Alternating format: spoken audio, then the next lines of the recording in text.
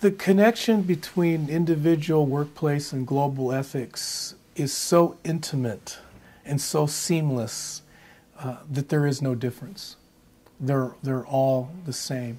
Because I believe that it all boils down to, and this is a guiding principle that allows me to think of it in a synergistic, interdependent way. I subscribe to Martin Luther King's notion of the beloved community. And in the beloved community, he talked about different types of love. So the sense of the individual, organization, and global has a lot to do with this notion of the beloved community. And what he talked about was there are three different types of love, and I will expand it to 4 different types of love. He said there's God love. And the God love, and you can look at this through that prism, through that lens of individual, the workplace, the work culture, and also the global society in this context. He said that God love is the height of love. God love is about our purpose and our divinity in our relationship with God. And that to understand our destiny, and that each one of us has a purpose. The self-love is about the skills and abilities that we all have.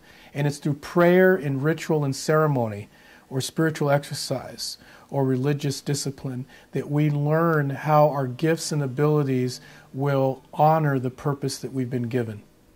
And then the other love is the third type of love for others. Our relationship with others, agape love, unconditional love, or as I've often said and talked about in my teaching, is the idea that love is a gift, and it's timeless, it's unconditional. You don't have to do anything to get it.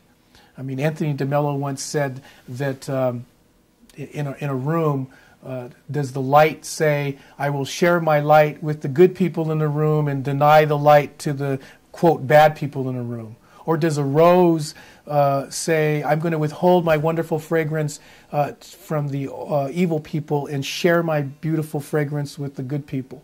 You know? Or on a hot day, does a tree say, I'm going to share my soothing, refreshing shade with the good people and withhold it from the quote, the bad people? No. And I think that's what we're called to do in this other love sense. Transcendent of what we believe.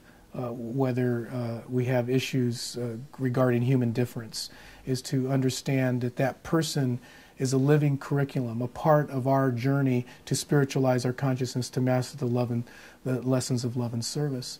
And so for me, when I think about the connections between the individual, the workplace, and society at large, or the global society, it's this idea to ground it in this notion of the beloved community in these 3 dimensions of love that Martin Luther King often talked about. Because that's the symbol of the cross, or the medicine wheel, is the vertical relationship with God and the horizontal relationship with others. And what I want to say is, even for going further down, is the 4th notion of our first mother, the Mother Earth, is to have a love relationship with the environment and with the planet and with the earth. And I think if we're right with God, and we're right with ourselves, and we're right with others, and we're right with the earth, that whether we're talking about the individual level, or whether we're talking about the work culture, or whether we're talking about the broader global context, everything is going to be good. All things will be good. Or the potential for balance and harmony.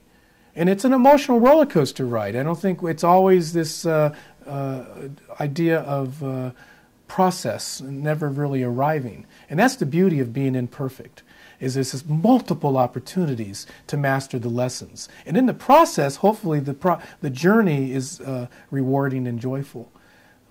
But love, to me, is the heart and soul that it creates the interdependent synergy of these 3 dimensions.